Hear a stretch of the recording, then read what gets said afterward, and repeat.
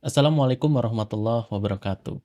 Di video kali ini kita akan coba membawa konsep yang sudah kita pelajari dari episode sebelumnya ke dalam konsep matematika. Tapi tenang aja, nggak akan terlalu kompleks atau nggak akan terlalu ribet. Kita akan lihat bagaimana machine learning ini digambarkan dalam konsep matematika. Nah, konsep matematika yang dimaksud adalah fungsi. Yang mana fungsi ini adalah konsep pemetaan suatu anggota himpunan ke himpunan lain. Misalkan, kita punya suatu fungsi yang memetakan bilangan real ke bilangan real dengan contoh fungsinya adalah 2x.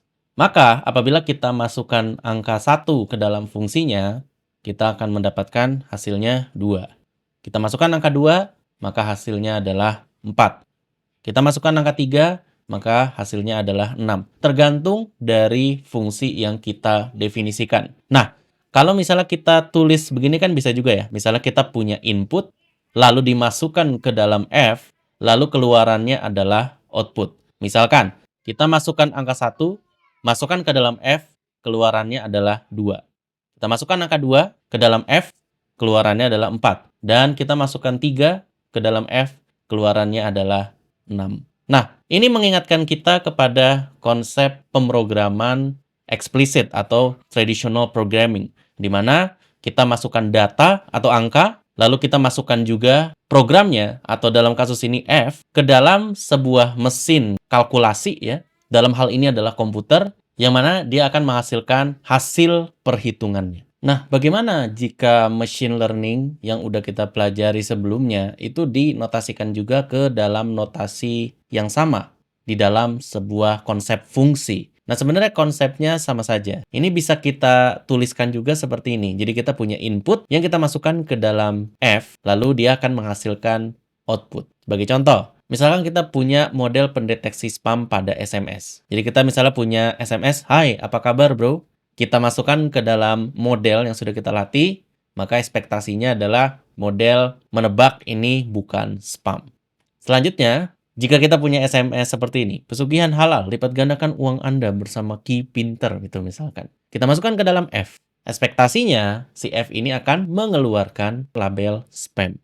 Bedanya dengan fungsi yang tadi kita bahas sebelumnya, F di sini adalah yang kita cari.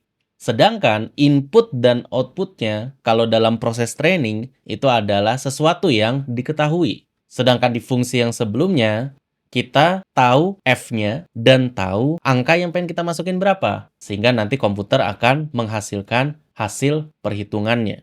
Nah, karena kita sudah mengetahui input dan ekspektasi output yang kita inginkan, maka dalam machine learning ini tujuannya adalah untuk menghampiri atau mencari fungsi yang sesuai, sedemikian sehingga apabila data input ini kita masukkan, maka akan keluar output sesuai dengan apa yang kita ekspektasikan. Dan kalau misalnya kita pengen menghampiri sebuah fungsi, tentunya kita tidak bisa sembarangan. Harus ada kriteria yang dipenuhi atau ada patokan lah yang bisa dijadikan acuan apakah fungsi yang kita bikin optimal atau tidak. Nah, berbicara mengenai optimal atau tidak, mungkin teman-teman sudah bisa menebak arahnya kemana ya. Tapi kita akan coba perumum dulu term machine learning dalam hampiran fungsi ini. Jadi, tujuan utama dari machine learning ini adalah mencari fungsi tersembunyi F yang merupakan suatu pemetaan dari input dan output yang diberikan berdasarkan suatu kriteria. Nah, kriterianya apa? Ini akan kita bahas di episode selanjutnya. Nanggung banget ya, tapi ya nggak apa-apa. Supaya kita tetap bisa punya hal yang bisa kita diskusikan setiap harinya.